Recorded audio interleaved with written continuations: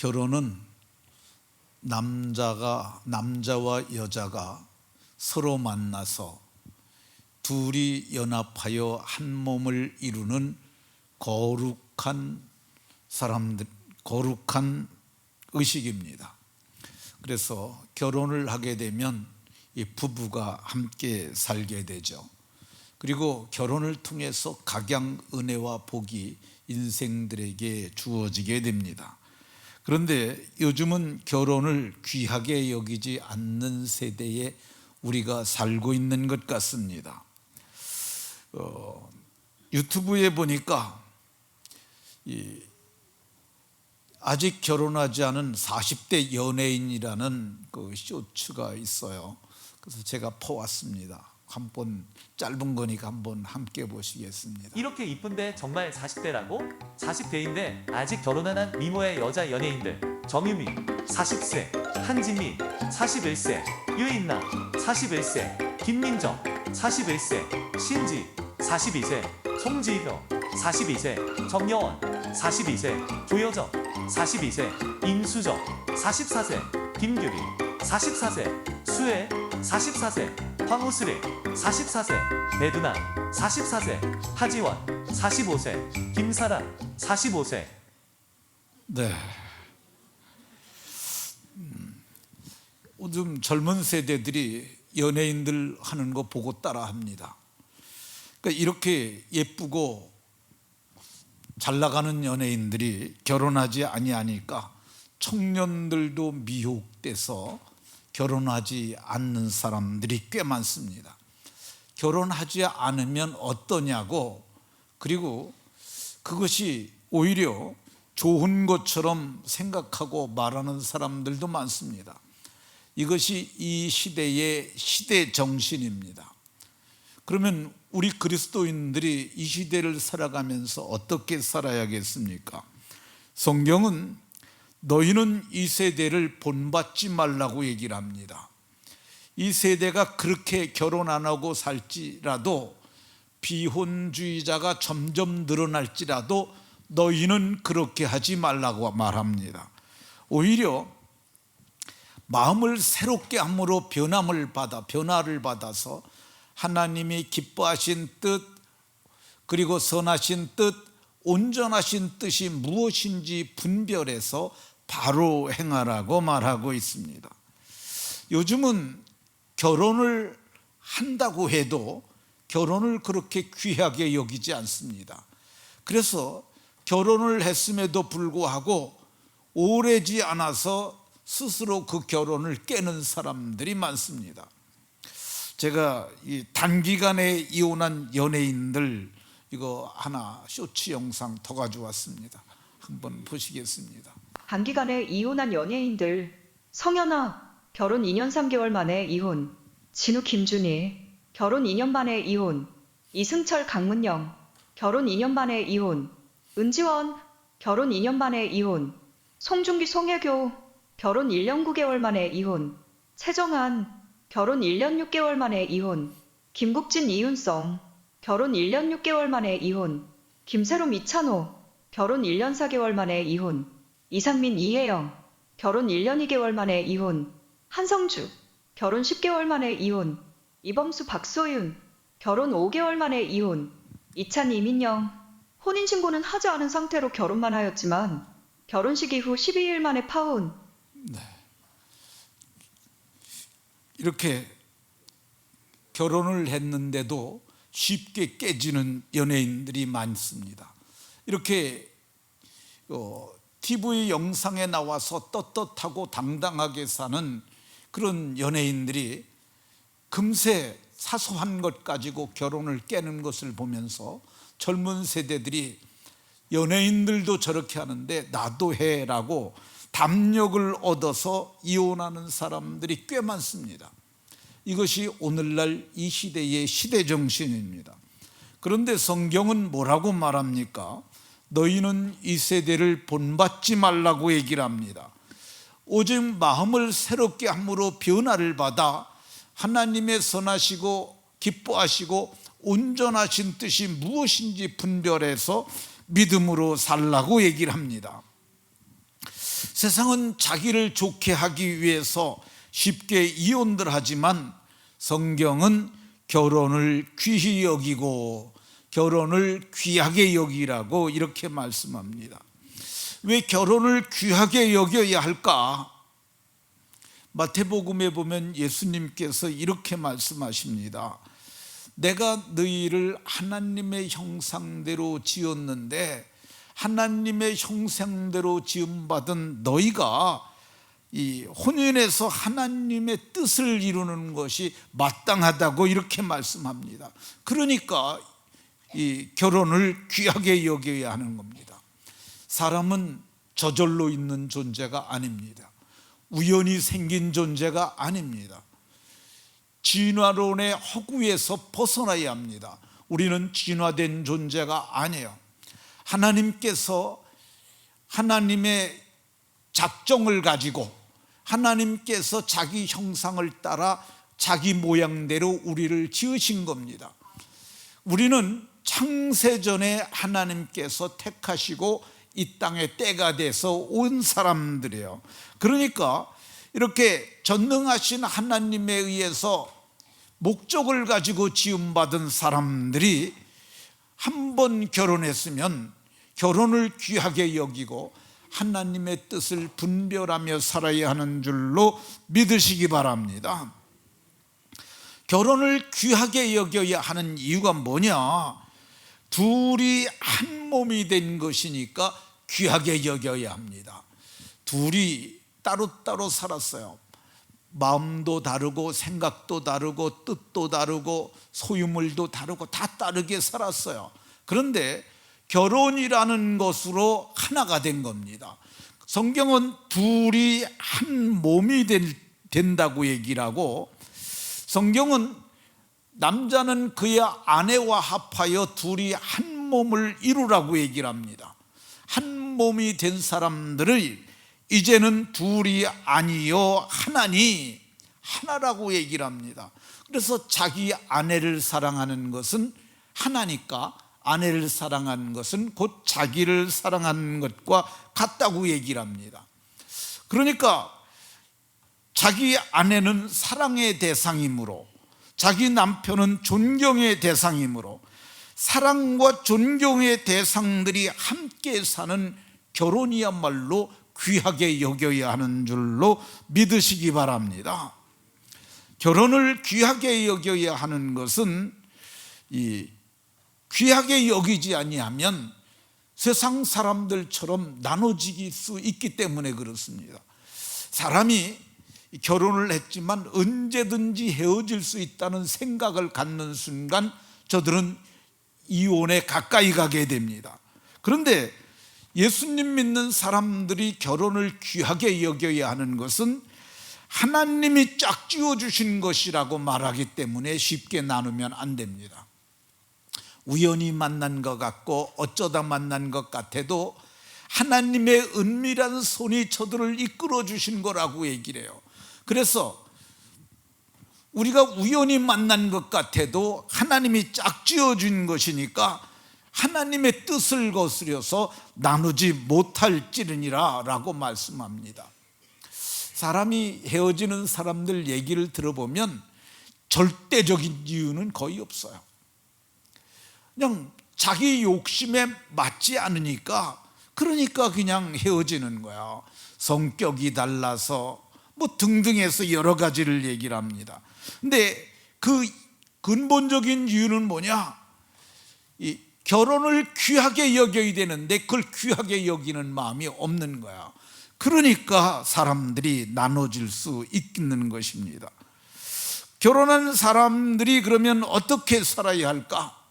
결혼한 사람들은 침소를 더럽히지 않게 하라. 오늘 성경 봉독한 본문에서 얘기를 합니다. 침소는 잠자리예요. 잠자리를 더럽히지 말라고 얘기를 합니다. 여기서 얘기하는 침소는 부부의 잠자리예요. 부부의 잠자리가 더러워지는 이유가 뭐겠어요? 거기에 더러운 것이 들어오면 더러워집니다. 그러면 그 부부의 침소를 더럽히는 게 뭐겠어요? 음행입니다. 음행은 갖가지 형태의 음행이 있어요. 음행 중에는 짐승하고도 음행을 할 수 있고요. 요즘에는 다양한 매체를 통해서 영상으로도 음행을 하고요. 또 음행은 남자가 남자하고도 음행을 하고요, 여자가 여자하고도 음행할 수 있어요. 근데 성경은 이 음행하면 안 된다고 얘기를 합니다. 음행은 혼자 하는 것이 아니라 늘 상대가 있어요. 법적 자격이 없는 사람들이 침소에 들어오게 되면 그 침소가 더러워지는 거야. 그러니까 그런 사람들이 들어오지 않도록 해야 합니다. 성경은 아내가 자기 몸을 주장하지 못하고 그럼 누가 하냐? 오직 그 남편이 주장하고, 남편도 그와 같이 자기 몸을 주장하지 못하고 누가 주장하느냐? 그의 아내가, 배우자들이 주장한다고 얘기를 합니다. 이것은 성적 관계를 두고 하는 말이에요. 자기가 주장하지 아니하므로, 자기 남편이 주장하고 아내가 주장하므로 침소가 더러워질 수가 없는 겁니다. 그런데 다른 자들이 들어옵니다. 어떻게 들어옵니까? 요즘은 대한민국 법이 들어와도 된다고 법을 만들어 버렸어요. 저는 세상의 법 중에서 이런 악법이 있나 하는 생각이 듭니다. 근데 대법원에서 그걸 결정해 버렸으니까 이게 법적으로는 그게 정당합니다. 그런데 세상 법으로는 정당하지만은 하나님 법으로는 정당하지가 않아요. 절대 나쁜 법이고 악법이고 이거 불법입니다. 그러면 대법원에서 입법한 그 법이 뭐냐? 헌법 10조입니다. 인간은 존엄과 가치와 행복 추구권을 보장하기 위하여 사람은 성적 자기결정권을 갖는다고 이렇게 말하고 있어요. 그러니까 인간이 존엄해지는 게 다른 남자하고 다른 여자하고 음행하는 게 이게 이 존엄을 보장하기 위한 것입니까? 저는 이거 아니라고 생각이 들어요. 인간이 인간답게 사는 게 이 남자 저 남자 만나고서 음행하는 게 그게 가치 있게 사는 겁니까? 저는 이거 아니라고 생각해요. 인간이 행복해지는 게 이 남자 저 남자 만나고 돌아다니면서 음행하는 게 이게 지가 결정해서 하는 거니까 내가 결정권을 갖는 게 이것이 저는 행복 추구권이라고 저는 생각하지 않아요. 그러나 대한민국 헌법이 이걸 입법해 버렸어요. 딴 나라서 선진국에서 하니까 그걸 따라서 했어요. 이 자기 결정권이라는 거, 자기 결정권은 내가 결정할 수 있다는 뜻이에요. 내가 결혼해서 남편과 살고 있지만 나 다른 남자와도 또 만나도 된다는 거야. 이게 침소를 더럽히는 것을 대법원이 결정해 줬어요. 그래서 이게 결정되기 이전까지는 간통법이라는 것이 있었어요. 근데 2015년 2월 26일 이것이 입법이 되면서 간통죄의 법적 효력이 없어져 버렸어요. 그 다음부터는 간통죄라는 죄가 없어졌어요. 지금 간통죄를 고발할 수가 없어요. 2016년 1월 6일 형법에서 간통죄라는 제목을 아예 삭제를 해버렸어요. 이거는 대한민국 정부가 하나님을 거스려서 잘못된 입법을 한 것이라고 생각을 합니다. 그래서 세상 사는 남녀들은 나는 성적 자기결정권을 갖고 있으니까 나는 내 맘대로 한다. 특별히 믿지 않는 사람들은 다 그렇게 삽니다. 지금은 조금 덜 하지만은 앞으로 10년만 더 가면은 더 문란해질 거야. 그렇기 때문에 주님이 세상에 오실 것입니다. 그렇지만은 성경은 뭐라 그러냐? 예수님을 믿는 너희, 고린도 교회의 바울 사도는 편지하면서 음행을 피하여야 한다. 음행을 피하여야 한다고 말합니다. 근데 세상은 뭐라 그러냐? 피할 것 없다. 네가 좋으면 이 남자도 만나고 저 남자도 만나도 괜찮다라고 얘기를 합니다. 성경은 그런데 뭐라 그러냐? 너희가 왜 음행을 하면 안 되냐? 너희 몸이 하나님의 성전이 되었기 때문이라고 얘기를 합니다. 개가 살면 집이 아무리 좋아도 개집입니다. 돼지가 살면 아무리 집이 좋아도 돼지우리예요. 그런데 왕이 살면 집이 초가집이라 할지라도 그걸 집이라고 부르지 않고 궁이라고 불러요. 왕궁이라고 부릅니다. 근데 우리는 성령을 모신 사람이 되었잖아요. 바울 사도께서 고린도 교회에서 편지하면서 고린도전서 3장 16절에 너희가 하나님의 성전인 것과 성령이 너희 안에 거하시는 것을 너희가 알지 못하느냐, 이렇게 말씀하셨어요. 그러니까 성령 하나님이 우리 안에 계시니까 우리가 성전이 된 것입니다. 그러니까 우리는 이 몸이 이게 하나님의 성령이 거하시는 성령의 전이기도 하고, 이 몸을 주님께서 구속하시기 위하여 자기 피로 값을 치르고 사셨어요. 그러니까 이 몸으로 우리가 하나님께 영광을 돌려야 하는 줄로 믿으시기 바랍니다. 침소가 왜 더러워지느냐? 성경은 간음으로 더러워질 수 있다고 본문에 말씀합니다. 간음하는 자들, 간음은 아내가 있는 사람이 다른 여자를 만나는 것, 이거 간음이에요. 근데 남편이 있는 사람이 다른 남자를 만나는 것, 이거 간음입니다. 오늘날에는 간음하기가 참 쉽습니다. 술 먹으러 남자들 가서, 남자들이 더 쉽죠. 그리고 여자들도 요즘에는 여성 전용 술집이 있는데 거긴 남자들이 술 시중을 둔다고 그래요. 그 호스트 바라고 그러든가 뭐 그런 것 같은데, 그러면은 그 돈 많은 여자들이 젊은 애들 불러다가 술 따르고 술 먹고 그러고 나서 장소 옮겨가지고 거기서 음행합니다. 이게 간음이에요. 성경은 창녀와 합하는 자는 그와 한 몸인 줄 알지 못하느냐, 성경이 이렇게 얘기를 하고 있어요. 너희 몸을 창기의 지체를 만드는 것이라고 이렇게 말씀하고 있습니다. 그러니까 하나님의 사람들은 침소를 더럽히는 간음을 행하면 절대 안 되는 줄로 깨달으시기 바랍니다. 그러면 침소를 더럽히면 어떻게 될까? 침소를 더럽히면 하나님이 심판하시리라, 이렇게 얘기를 합니다. 하나님이 심판하신다는 말씀을 하고 있어요. 심판은 뭐냐? 법정에서 언도를 받는 게 심판받는 거야. 근데 하나님께서 간음을 한 자들은 범법자로, 간음자로 하나님이 정죄를 하세요. 정죄를 하면은 어떻게 됩니까? 정죄를 하게 되면 죄인이 됐으니까 뒤에 벌이 쫓아와요. 징벌이 쫓아오는 겁니다. 그래서 침소를 더럽힌 자들, 이런 사람들을 하나님이 심판하신다고 이렇게 말씀하고 있습니다. 그리스도인들은 이 음행을 하면 절대 안 되는 겁니다.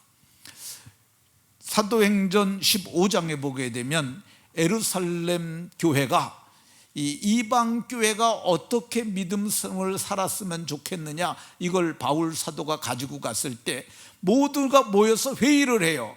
그래서 결정을 한다. 몇 가지 결정하냐면 우상 섬기지 마라, 음행하지 마라, 목매어 죽인 짐승들 먹지 마라, 그리고 핏째 먹지 마라. 이거 네 가지를 결정합니다. 근데 제일 중요한 게 뭐냐면 우상과 음행이에요.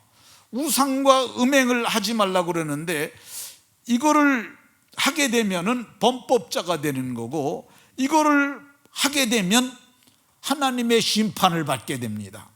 그럼 심판받으면 어떻게 되냐? 이 성경은 이렇게 얘기를 해요. 죄에 따른 죄는 다 몸 밖에 있거니와 음행하는 자는 자기 몸에다 죄를 짓는 거라고 얘기를 해요. 우리가 이런 말 합니다. 한강에 배 지나간 자리, 그럼 누가 알겠느냐 그러잖아요. 그리고 하늘에 독수리가 날아간 자리, 그걸 어찌 알겠느냐. 잠언에도 그 말씀이 나와요. 그리고 남자와 여자가 같이 음행을 했다 할지라도 그 자리, 그걸 어떻게 알겠느냐 그러는데, 성경은 뭐라고 그러냐면 음행을 하면은 자기 몸에다가 죄를 범하는 것이라고 이렇게 말씀하고 있는 걸 볼 수가 있습니다. 몸에다 죄를 진 사람들은 하나님께서 어떻게 하시냐? 그 몸을 하나님께서 벌하십니다. 이 계시록 2장 22절에 내가 그를 침상에 던질 터이요, 침상에 던지겠다고 말씀하세요. 이 침상에 던진다는 말이, 침상은 우리가 침대를 침상이라고 그러잖아요. 거기 누워있게 하신다는 거예요. 누워서, 왜 눕습니까? 병드니까 눕는 거잖아요. 병이 중하면 그것 때문에 죽을 수도 있음을 얘기를 하고 있습니다. 침소를 더럽히면 어떻게 되느냐? 성경은 하나님의 심판으로 자녀들에게도 나쁜 영향력이 끼칠 것을 얘기를 하고 있습니다. 히브리서 지금 우리가 13장을 보고 있는데 12장을 보게 되면 음행하는 자와 한 그릇 식물을 위하여 장자의 명분을 판 에서와 같은 자들, 음행하는 자, 장자의 명분을 판 에서와 같은 자, 망령된 자, 망령됐다는 말이 미쳤다는 뜻이에요. 이런 미친놈들이 없기를 바란다고 얘기를 하고 있어요. 그러니까 음행은 제정신으로 하는 것이 아니라 마귀의 꾀에서, 사탄의 올무에 걸려서, 귀신에게 꼬여서 하는 나쁜 짓이라고 이렇게 말씀하고 있습니다. 이거를 했던 장자의 명분을 판 에서가 어떻게 됩니까? 마음에 쓴뿌리가 나요. 이 쓴뿌리가 나서 쓴뿌리가 자손들에게까지 퍼져나갑니다. 그 자손들도 병들게 되는 거죠. 그 아버지가 음행을 많이 하잖아요. 자녀들도 그걸 보고 배웁니다. 근데 에서가 이제 장자의 명분을 팔아서 장자의 복도 야곱에게 뺏깁니다. 그래서 에서는 들사람이 되고 야곱은 집사람이 돼요. 그러니까 이 야곱이, 이 에서가 늘 생각할 때마다 그런 거야. 내가 오늘 이렇게 사는 것은 저 야곱이 놈이 다 내 복을 가져갔기 때문이라고. 그러니까 밥상머리에서도 그 말을 하는 거죠. 야곱이 놈 때문에 오늘 우리가 이렇게밖에 못 사는 거라고. 그러니까 그게 자식들이 그 얘기를 듣다가, 야곱이는 작은 아버지잖아요. 근데 작은 아버지라는 생각보다 아버지의 축복을 가져간 나쁜 놈, 이런 인식이 들어가는 거야. 그러니까 지금까지 이 에서의 후손과 이 야곱의 후손들이 지금까지도 싸우잖아요. 그러니까 성경은 뭐라고 얘기를 하느냐? 음행하는 자와 한 그릇의 식물을 죽 한 그릇에 판 에서와 같이 망령된 짓을 하면 안 된다고 얘기를 하고 있습니다. 왜 우리가 그걸 안 할 수 있느냐? 맘만 먹으면 안 할 수 있는 거예요. 우리 남자들끼리 모여서 일 끝내고 오늘이 건하게 한 잔 먹으러 가자고 그러잖아요. 근데 나는 안 간다고. 왜 안 가냐 그러면, 나는 하나님을 경외하기 때문에 내가 그런 데 갈 수 없다. 더 얘기를 해요. 야, 우리 2차 갈 건데, 여자들도 데리고 갈 건데 더더욱 나는 거기 갈 수 없습니다. 이렇게 하고 딱 돌아서야 되는 거예요. 야곱이 옷을 뺏기면서도 그 자리를 벗어났던 것처럼 그런 결단을 해야 되는 줄로 깨달으시기 바랍니다. 그러면 이미 음행을 한 사람들은 어떻게 하면 되겠습니까? 이미 내가 철없을 때도 그랬고, 내가 얼마 전에도 내가 또 술집에 가서 그랬고, 내가 이웃집에 어떤 여자와 가도 또 음행을 하고 내가 그랬는데, 그럼 나 어떡하지? 근데 성경이 길을 열어놓으셨어요. 간음하는 자들도 만일 그의 행위를 회개하지 아니하면 큰 환난에 던질 것이지만, 간음하는 자들이라 할지라도 만일 그의 행위를 회개하면 되는 거야. 회개. 아직은 기회가 있는 겁니다. 이거를 회개하지 못하고 죽으면은요, 하나님 나라를 유업으로 못 받습니다. 그러니까 교회를 다니고 예수님을 믿음에도 불구하고 천국에 못 들어가는 이유가 뭐냐? 이런 거 회개 안 해서 그래요. 회개는 어려운 것 아니에요. 마음의 생각을 잘못했다는 마음을 가지고 그걸 하나님 앞에 고백을 하는 거야. 하나님 잘못했어요. 용서해 주세요.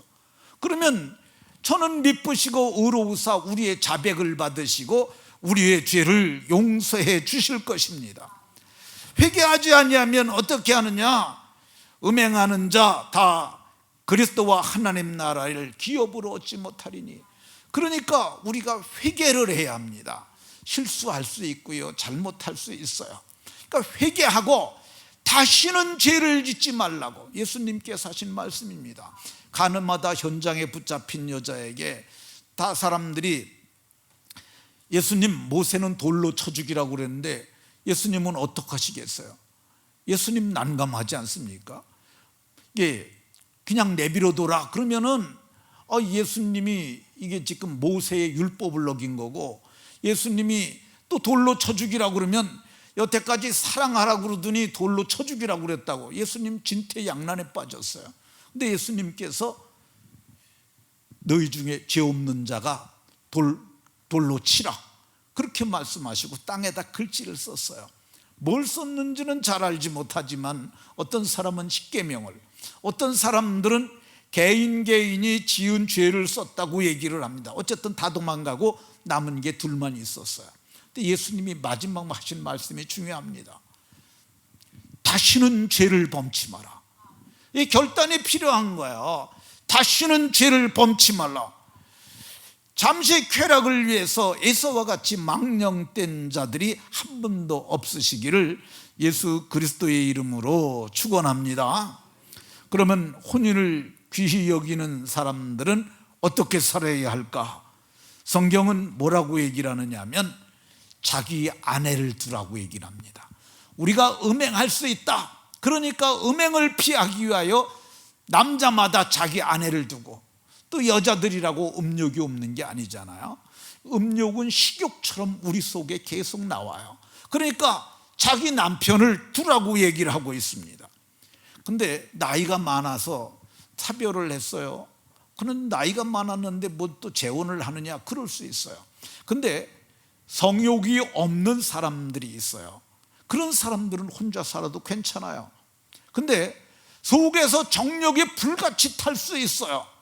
성경은 뭐라고 얘기를 하느냐, 정욕이 불같이 타는 것보다 결혼하는 것이 낫다고 얘기를 합니다.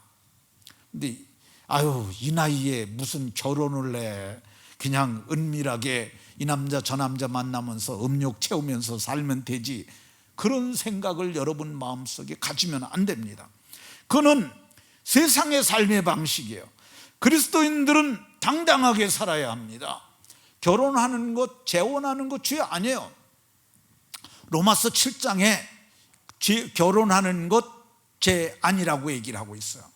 남자가 죽었으면 그 남자에게 노여나는 것이고, 여자가 죽었으면 여자에게 노여나는데, 다른 남자에 가게 시집간다고 할지라도 이건 음녀가 아니라고 성경이 명료하게 얘기를 하고 있어요. 그러니까 정욕이 불같이 타거나 나는 돌봄이 필요하고, 어떤 분이 그래요. 난 너무 외로워서 안 되겠다고. 결혼을 하세요. 좋은 사람 만나가지고 결혼하면 됩니다. 그럼 어떻게 결혼을 하냐고 저한테 찾아오세요. 그럼 제가 쉽게 결혼식 해드립니다. 어디로 오면 되냐면 저 요양원 위에 있는 거기에 예배실 좋은 데 있어요. 거기로다. 그러니까 저하고 그 신랑 신부 두 사람하고, 그리고 정인 몇 명은 있어야 돼요. 그렇게 해서 하면 됩니다. 그러면 당당하잖아요. 비용도 거기서 결혼식하고 2층에 가서 짜장면 시켜 먹으면 됩니다. 2년 전에 했어요. 2년 전에. 근데 그분들도 복잡한 게 많아요. 그러니까 뭐 결혼하게 고적 같은 건 그냥 다 내버려 두고 하나님 앞에서 혼인하면 되는 거야. 결혼을 귀하게 여기는 자들은 어떻게 살아야 할까? 자기 아내 사랑하라고 얘기를 하고 있습니다. 남이 아내 사랑하면 안 돼요. 이거 굉장히 중요한 겁니다. 근데 많은 사람들이 자기 아내를 안 사랑하고 남인 아내를 사랑하려고 그래요. 근데 성경은 자기 아내를 사랑하라고 얘기를 하고, 자기 아내를 사랑하는 것이 곧 자기를 사랑하는 것이라고 이렇게 말합니다. 골로새서 3장 19절에도 남편들아 아내를 사랑하며, 고린도전서 7장 14절에 아내가 믿지 않으면 그럼 어떻게 하느냐? 그래도 사랑하라고 얘기를 합니다. 어느 정도로 저가 내 사랑에 감동을 받아서 내 사랑을 받고 내가 자기를 그렇게 사랑하니까 그 남편이 믿는 그 하나님께로 돌아올 수 있도록 그렇게 사랑하라고 얘기를 합니다. 그러니까 이번에 전도 축제하는데 전도 대상자 1호가 누구냐? 믿지 아니하는 아내가 바로 1호입니다. 결혼을 귀하게 여기는 자들은 어떻게 살아야 되느냐? 성경은 아내들은 남편에게 복종하라고 얘기를 하고 있습니다. 복종하라. 이 말을 별로 안 좋게 생각하는 사람들이 있어요. 남편은 아내를 사랑하는 거 그거 쉬운 것만 시키고 여자들에겐 어떻게 치욕적인 복종을 요구할 수 있느냐, 이럴 수 있어요. 근데 사랑이 진짜 어려운 겁니다. 사랑이 얼마만큼 어렵냐? 예수님께서는 교회를 사랑하셔서 자기 몸을 주시기까지 그렇게 사랑하셨다고 얘기를 하고, 그러니까 사랑은 뭐냐? 아내를 사랑하는 사람은 아내에게 목숨 걸고 하라는 거야. 근데 이게 사랑이 고린도전서 13장에 보면은 뭐라고 얘기를 하느냐 하면, 사랑은 오래 참고, 사랑은 온유하고, 사랑은 성내지 아니하고. 아내에게 사랑한다고 그러면서 성내면 그게 사랑하는 거예요, 안 사랑하는 거예요? 그 사랑하지 않는 거예요. 그러니까 성내지 않는 그 사랑하는 게 굉장히 어렵습니다. 그러니까 남편은 목숨을 거니까 여자는 쉽게 말을 잘 들으라는 거죠. 복종하라고. 성경은 에베소 5장 33절에는 남편을 존경하라, 디도서 2장 5절에는 복종하라, 또 베드로전서 3장 1절에는 남편에게 순종하라. 이게 사랑하라, 존경하라, 복종하라, 이런 말씀을 하고 있습니다. 왜 남편에게 순종을 해야 되느냐? 베드로 사도는 거기에 주석을 하나 달았는데, 하나님께 소망을 두었던 거룩한 부녀들도 이와 같이 자기 남편에게 순종함으로 자기를 단장했다고 얘기를 합니다. 자기를 단장하는 믿음의 단장이 뭐냐? 순종이라는 거야. 그 말이 이렇게 얘기를 했다 할지라도 이 남편이 오판을 할 적에도 그냥 무조건 복종해야 되느냐? 그건 아니죠. 그러니까 그거를 지혜롭게 잘해야 돼. 그러니까 여기서 복종 순종은 최종 결정권은 남편에게 주되, 남편에게 설득을 해서 이게 옳습니다라고 그렇게 판단할 수 있도록 해줘야 하는 거죠. 그러니까 분명히 망할 짓을 찾아서 가고 성경이 금하는 짓을 하는데도 그걸 복종해야 되느냐? 그러니까 그거는 아니라는 걸 잘 설명을 하고 설득을 해서 남편이 납득되게 해야 하는 줄로 깨달으시기 바랍니다. 왜 그렇게 해야 되느냐? 성경은 뭐라고 그러냐면, 그래야 믿지 아니하는 남편도 너 때문에 믿을 수 있다고 얘기를 합니다. 그러니까 남편이 이게 여자가 말 안 들고 지 고집대로 하면은요, 이 남편이 이 아내를 믿지 않습니다. 아내 말을 듣지도 않습니다. 근데 이 아내가 지혜롭게 잘하게 되면 남편이 그를 신뢰하게 되고, 그렇게 또 남편이 아내로 말미암아 거룩하게 예수님을 믿을 수 있어요. 그러니까 전도 대상자 1호가 누구냐? 전도 대상자 1호가 믿지 아니하는 남편입니다. 누구 전도할 사람 없다고 얘기를 하지 마시고 믿지 아니하는 남편을 일본어로 쓰세요. 그렇잖아요. 그게 뭘 어려워요. 근데 안 쓰는 사람들은 저 사람은 절대 안 된다고, 절대 안 되는 사람은 하나도 없습니다. 정말입니다. 누구든지 다 전도될 수 있고, 하나님의 마음을 감동하시게 되면 어느 날 그 사람 변해서 그리스도인으로 변화될 수 있습니다. 결혼을 귀하게 여기는 사람들은 어떻게 살아야 되느냐? 자식들을 여호와의 기업으로 세우면서 살아야 합니다. 자식들은 여호와의 기업이라고 그러잖아요. 그러니까 하나님의 나라가 어떻게 이루어지냐면, 할아버지가 내 아버지를 낳아서 믿음으로 잘 가르쳐서 저들이 하나님 나라의 일꾼이 되게 하셨어요. 그게 여호와의 기업이 이어가는 방법이에요. 하나님은 이스라엘에게는 땅을 주셨고, 그리고 저들에게 그 땅에서 살면서 기업을 잇게 하셨어요. 근데 자식은 그럼 뭐냐? 내게는 상급이 되는 거야. 그러니까 이게 결혼을 귀하게 여기면은 저들이 하나님의 기업이 되게 하려면 주의 교양과 훈계로 저들을 양육해야 돼요. 그렇게 했을 때 하나님께서 자녀들이 복이 되게 하실 줄로 믿으시기 바랍니다. 결혼을 귀하게 여기는 자들이 받을 복이 있어요. 결혼을 귀하게 여기면 가정이 화목해집니다. 마른 떡 한 조각만 있고도 화목하면 그 가정이 행복할 수 있어요. 행복하게 사는 비결 뭐냐? 딴 여자, 딴 남자에게 눈 띄고, 그리고 뭘 하느냐? 이 가정을 귀하게 여기는 거야. 그러면 행복해지는 줄로 믿으시기 바랍니다. 결혼을 귀하게 여기면 어떤 복이 있느냐? 태 열매가 상급이 됩니다. 자녀들이 잘 되는 복을 주시는 거야. 자녀들이 뭐 물론 아주 엄청 뛰어나서 하면 더 좋겠지만 그래도 건강한 시민으로서 신앙을 가지고 복되게 살면은 저는 그거 훌륭한 일이라고 생각을 해요. 그리고 마지막 날에 하나님 나라에 들어가게 되면 하나님이 네가 적은 능력을 가지고도 믿음을 지켰고 자녀들을 잘 길렀다고 하나님께서 칭찬하실 겁니다. 결혼을 귀하게 여기면 어떤 복이 있느냐?